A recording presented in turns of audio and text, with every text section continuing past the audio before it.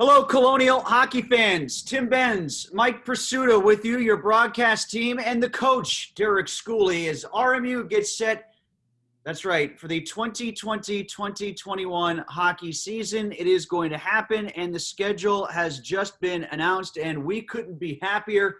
Coach, great to see you. We'll get to the nuts and bolts of the schedule in just a second and how you came about actually hashing it out. But let me just say first and foremost, it's great to know you actually be on the ice again. Yeah, we're excited. It's one of those things where you just keep waiting and the anticipation and let's drop the puck and go. It was our first game's 4 weeks from this past Friday. And, we're excited to play. We've been practicing since basically September 1st in small pods. Then we got a little bit bigger pods, and we've been going full team. And we've been using it as an individual skill development month. We've had a lot of neat stuff we've done, from power skating to yoga to using a strength phase with our guys. And I think they're tired of practicing, and we've got something to look forward to. Obviously, I want to thank Atlantic Hockey and Robert Morris for the return to play plan that they put together. It's been pretty comprehensive. It's been a lot of work. I've been on a lot of committees as far as students returning to play or returning to campus. And I know how much work went into that. And we're going to do this as safe as we can. That's our first priority, is the safety of our student athletes. But I think we've got a pretty good plan to put together to play a 24-game conference schedule and 4 non-conference games. Derek, you haven't played in a while. You've seen some of the other sports on a professional level coming back. College football is playing some places. From what you've seen, I know you're a sports fan at heart.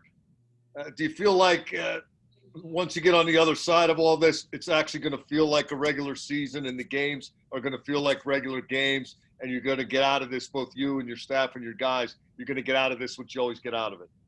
Yeah, I mean, it's drop the puck and it'll be back to normal as far as that goes. Minus a few people in the stands, probably won't have the band there, but we'll be able to play hockey and we'll have the music, we'll have everything. It'll just be us against another team, and that's what we're looking forward to. So it's, like I said, I've had a smile on my face since we've come up with the schedule for the last week or so, and we're just excited to get things moving and get things rolling. And interesting schedule that we've got this year. The Atlantic Hockey did a very good job in keeping things local, avoiding overnight stays. We only have 2 hotel nights this whole year, and that's our trip to Air Force. Everything else is a trip there and back on that day.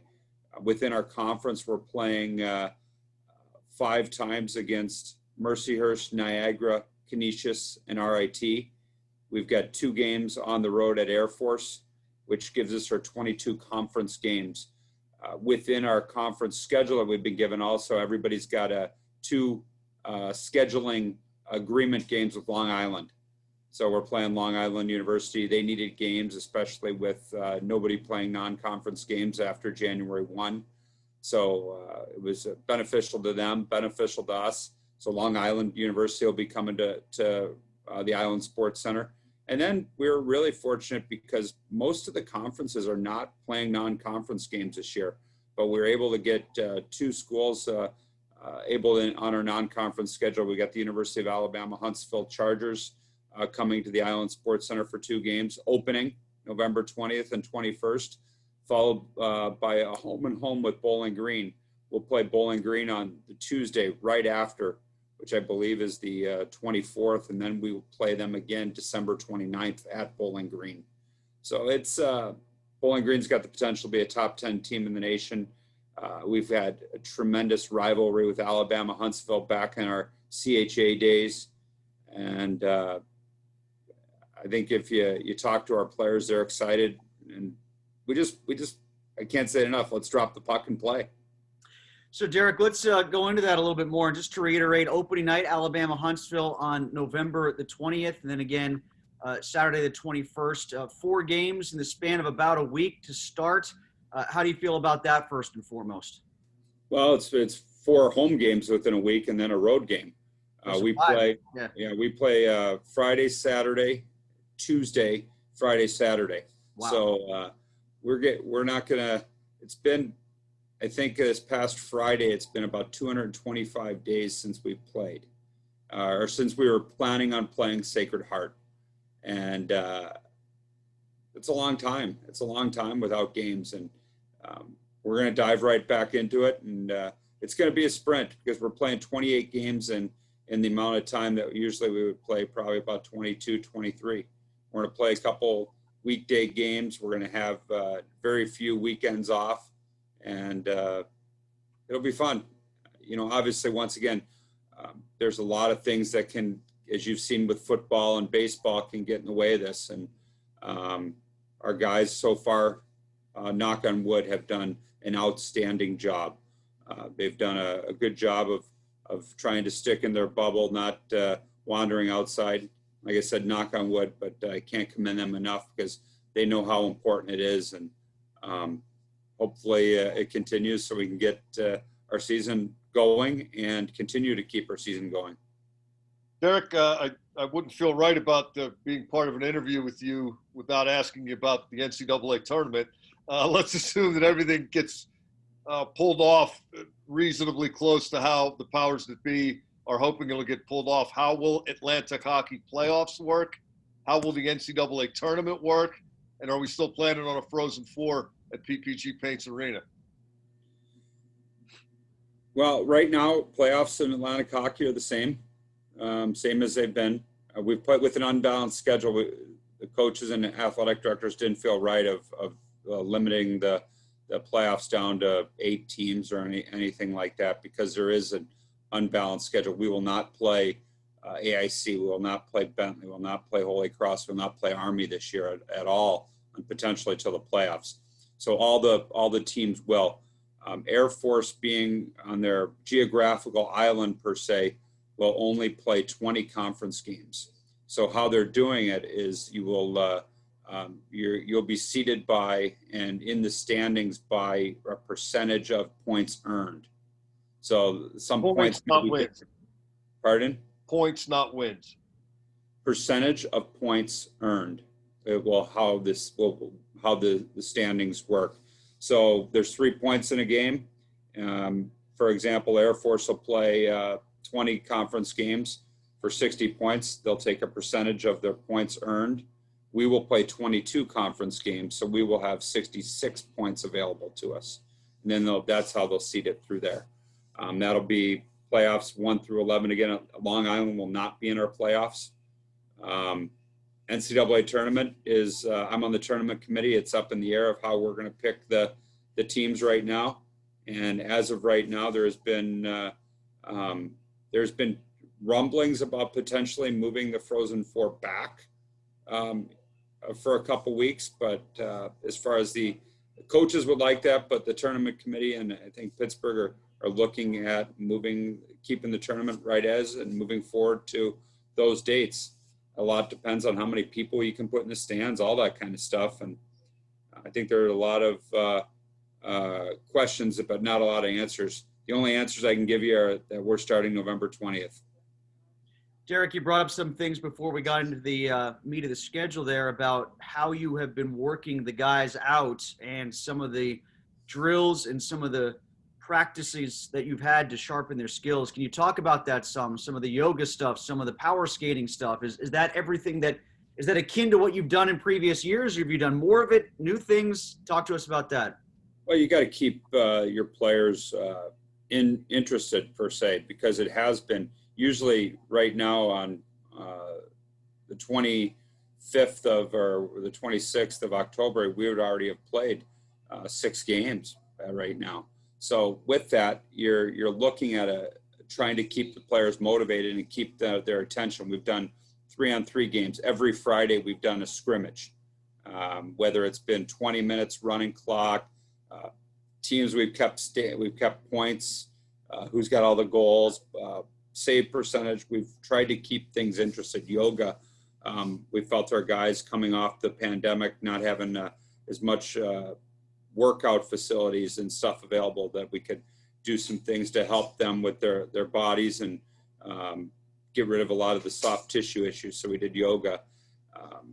Like I said, we're just trying to keep it fresh, stuff that we haven't done in the past. We have not done specific power skating days as much as we'd like. We've had a chance to do it at least once a week.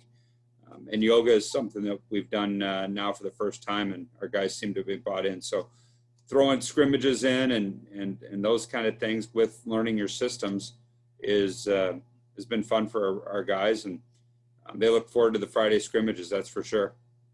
Derek, we've got some changes on the staff this year. Why don't you tell us how things have been reorganized and how the division of labor from a coaching perspective is going to play out?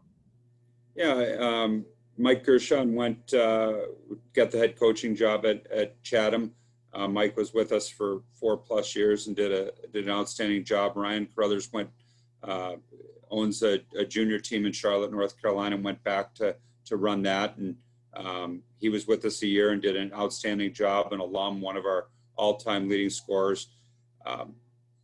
For each for their own reasons, obviously Mike to be a head coach and Ryan to get back to North Carolina. And we miss them, but I felt we put together a good staff with Ryan DeRocher. Ryan was at St. Lawrence and then in the American Hockey League in Binghamton and the USHL, where we recruit players from, has done a very good job of coming on to our staff and diving headfirst in recruiting. We can't go out recruiting, so he's watched a lot of games on the computer screen, and added Mike Corbett. Mike was at Air Force for 10 years as assistant coach, won 6 different championships, and was a head coach at Alabama Huntsville for 7 years. And to be able to add him with his experience, I've known Mike for 20+ years, and with me and him, we've got over 50 years experience in college hockey and junior hockey. So it was an easy convincing for me to hire Mike, and was just trying to get Mike on board with going back to be an assistant. He's done an outstanding job. He brings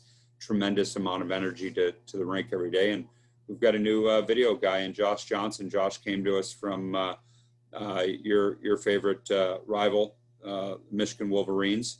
I'm sorry you broke up a little bit there, but go on. With the Sparty in the background there, I knew that there was I'm surprised that we didn't drop the Zoom call for a minute here, but he's done a very good job learning Pittsburgh, learning our team and learning our video, and he'll be an asset as well. So we've got 3 new staff members. Tim Goldinger, our athletic trainer's back. Chris Kostick, our equipment manager's back. But Tim's been with me since our first championship, and we've got a tremendous enthusiasm going through our staff right now, and being excited to play. And I think, like I said, knock on wood, we've done a great job of staying out of trouble and staying out of this virus running through our team, and hopefully it continues. Derek, in the months since we last spoke, I know previously you were able to go through some of the new additions to the roster, some of the carryovers, of course, in the roster. Has anything changed all that much in your practice time? Any injuries? Anybody decide to opt out? Where are you roster-wise now as opposed to the last time we spoke? No, our roster is basically the same. Aiden Beck, who was with us and for the previous 2 years, decided that he was not going to play this year for a variety of reasons. And, we'll miss Hayden. He was a tremendous presence in our locker room. The guys loved him being around, as did the coaches, but still living with the guys. He just decided not to play this year. But our roster is the same. We've got, I think we've got very good depth amongst our forward group. I said to my assistants the other day, I said, I don't know what we have, but we have a lot of it, which is a good thing. We've got a lot of depth up front, and our D are learning with Coach Corbett some new things that he's brought, and we've got inexperience in net. But that being said, I think we've had when Reed Cooper and Dylan Lubismeyer have played, they've put up good numbers. They've played very well, and Noah West has come in and done a very good job in what we've had so far. So we've got a good, healthy competition there as well. And like I said, I don't know what we have, but we got a lot of it. Derek, I think the signature of your program has been that you've almost always played your best hockey as a team at the end of the year. And you still got that long streak of Atlantic hockey Final Fours intact because there wasn't one last year, so nobody made it. You won your last game. But in the last couple seasons or so, you've either had slower starts or maybe a lull at midseason for a longer stretch than you would have preferred. What's the key to getting to that end of the season game earlier, or is that just something that has to develop over the course of a season? Well, I worked with our leadership group through calls like this all summer, and that was one of the things that we talked about. And we've always finished very well, but we've had some roller coasters in the middle of our season the last 2 years. So our leadership group is outstanding. They put together a document that we've followed and we've discussed and with the guys on. Please tell me that's called a declaration of something. No, just no declaration. We're not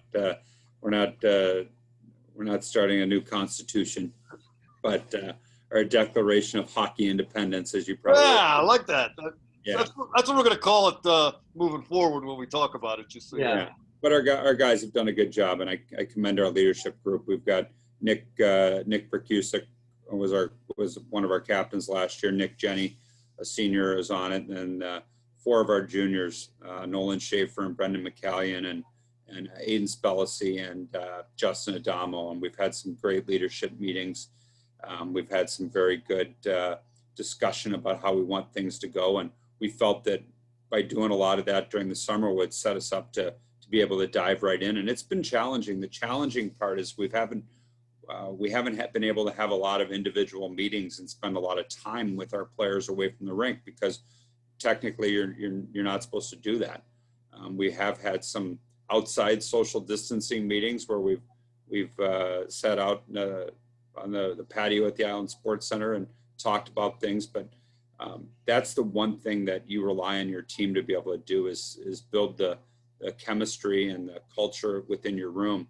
But it's been a challenge this year just because we've had to do a lot of this kind of stuff. We've had to do a lot more stuff via video on our team system because you can't have those meetings. So I like where we're at right now. We feel we've got close to about 20 practices left to fine tune our skills. We're getting to where we're at systems wise. We have not touched special teams yet, which is going to be something coming forward. But great meetings with our guys so far, and they really like where we're at. But it's easy right now because we haven't had any adversity. We haven't had some tough times. We haven't had players in situations that they thought they should be in better situations. You haven't had people get scratched yet. So everything should be good. So hopefully it just continues and our leadership group continues to do the things very well that they've done so far. Derek, I know you don't want to elevate anybody above anybody else going into the season this, early in the campaign, but was it nice to see Robert Morris Hockey get a little attention on NHL.com for the recruitment of Randy Hernandez? Well, Randy's one of we've had a national development team program, one player before, but Randy obviously comes from a high-profile program and national development program, played in some high-level games and world championships, and anytime you can represent your country, that's a big thing. So he's earned what he's got by being in that program, and obviously had a great year last year, and looks like he's going to be able to carry that over to college hockey. But it was good publicity for our program. But he earned that growing up, and now he's at another level, so he needs to continue to take those steps and continue to mature as a hockey player that he has done so far. Derek, are you going to put anywhere in that declaration that all power plays are created equal, anything like that? Well, you got a couple new rule changes this year as far as picking your sides of face-offs. They don't throw your centers out anymore. You just get a face-off warning. So no all power plays are not created equal. But you always rattle me a little bit one time by throwing something really silly in there, and you got me on that one. Well, that's my signature.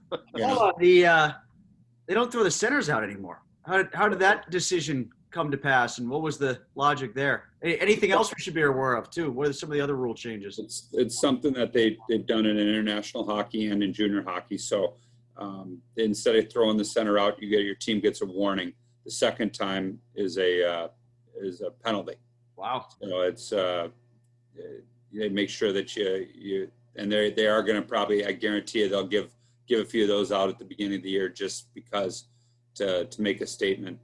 You get to pick the side that you want the face-off on after each icing in the offensive zone and on a power play. You get to pick which side you want it on.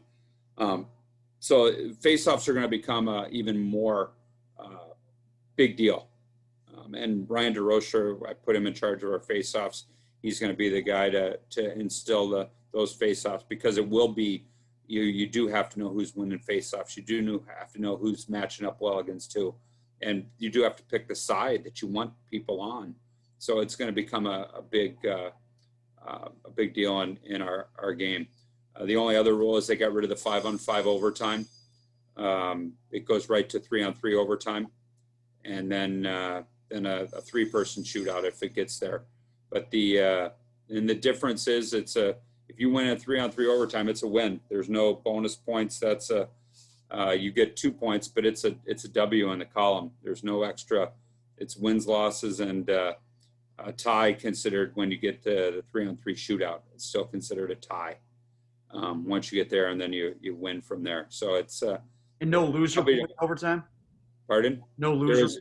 There is. Oh, you get 2 points for a win. Each team gets a point when they get through 60 minutes. Okay, and then the extra point goes to the extra point's going to be determined on 3-on-3 or the shootout. Mike likes that stuff. I like it better than ties, Derek. I got to be honest with you. Regarding how much you've practiced here, as goofy as this has been, it's occurring to me, are you getting a little more practicing? You said a moment ago you still have 20 practices until your first game. Might you be sharper from a team? Might everybody be sharper from a team standpoint when this starts? Yeah, there it is. But you also got to remember each state has been different. Some states have you had to stay in smaller groups longer. Some teams have been shut down for days because of the virus. So there are, like I said, we still have to make it to that game.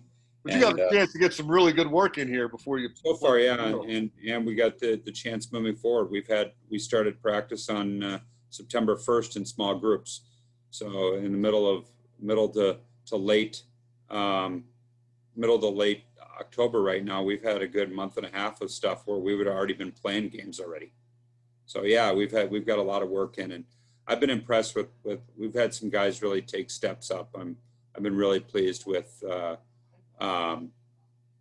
Nick Percusic, and I think Santeri Hartikainen's poised for a big year. And you got 2 sophomores that have really been impressive in Roman Kramer and Garrett Clegg so far.